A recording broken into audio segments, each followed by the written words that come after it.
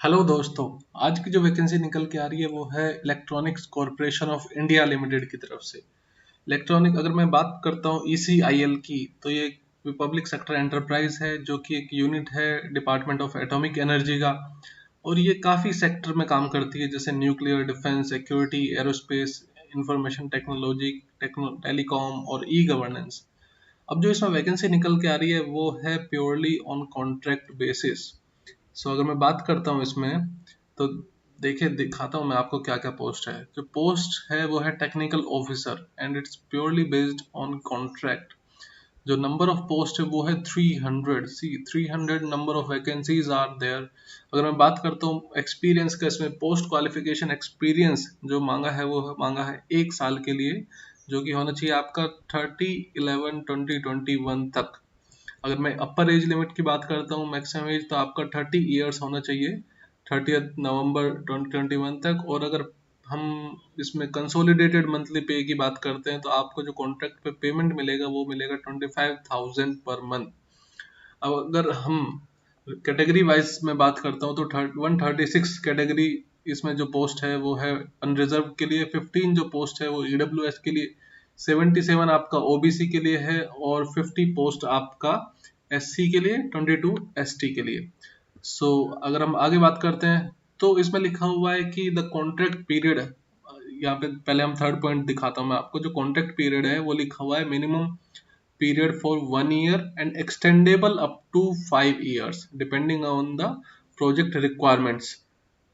इसमें अगर मैं बात करता हूँ कि आपको अगर हर साल 5 साल के लिए इंक्रीमेंट होता है जो आपका कॉन्ट्रैक्ट पीरियड है उसका, उसमें आपको पेमेंट जो मिलेगा वो फर्स्ट ईयर आपको 25,000 मिलेगा, सेकेंड ईयर आपको 28,000 और थर्ड टू फिफ्थ ईयर आपको 31,000 पर मंथ ही मिलेगा।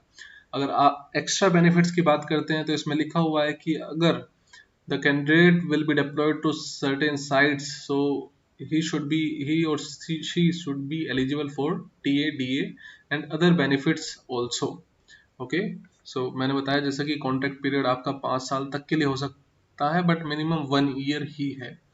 एजुकेशनल क्वालिफिकेशन की बात करते हैं तो इसमें आपका फर्स्ट क्लास इंजीनियरिंग डिग्री मांगा हुआ है। किस किस ब्रांच में? Electronics and communication engineering, electrical electronics engineering, electronics and instrumentation engineering, computer science engineering and information technology with minimum 60% marks in aggregate. Okay.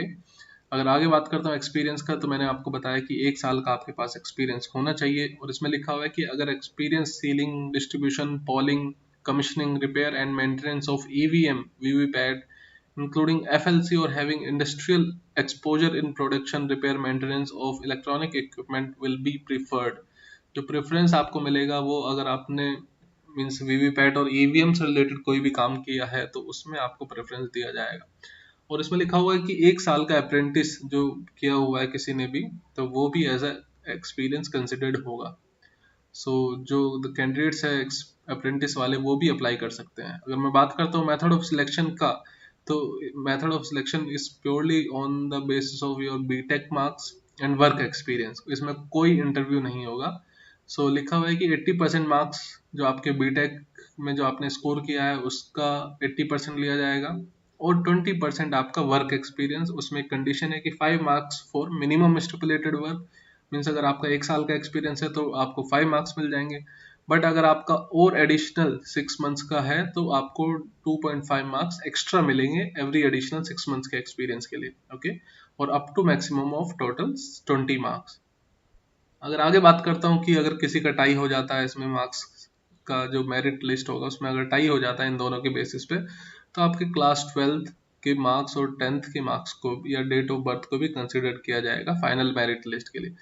और जो कैंडिडेट शॉर्ट लिस्ट हो जाएंगे उन्हें डॉक्यूमेंट वेरिफिकेशन के लिए बुलाया जाएगा न्यू दिल्ली जोनल ऑफिस में। अगर मैं बात करता हूँ रिजर्वेशन और रिलैक्सेशन की, तो इसमें SC ST के लिए जो रिलैक्सेशन है वो है 50% मार्क्स ही चाहिए। बाकी लोगों को 60% मार्क्स चाहिए था बट इनके लिए 50% है। और बाकी आपका PWBD कैटेगरी के लिए भी एज रिलैक्सेशन है इसमें।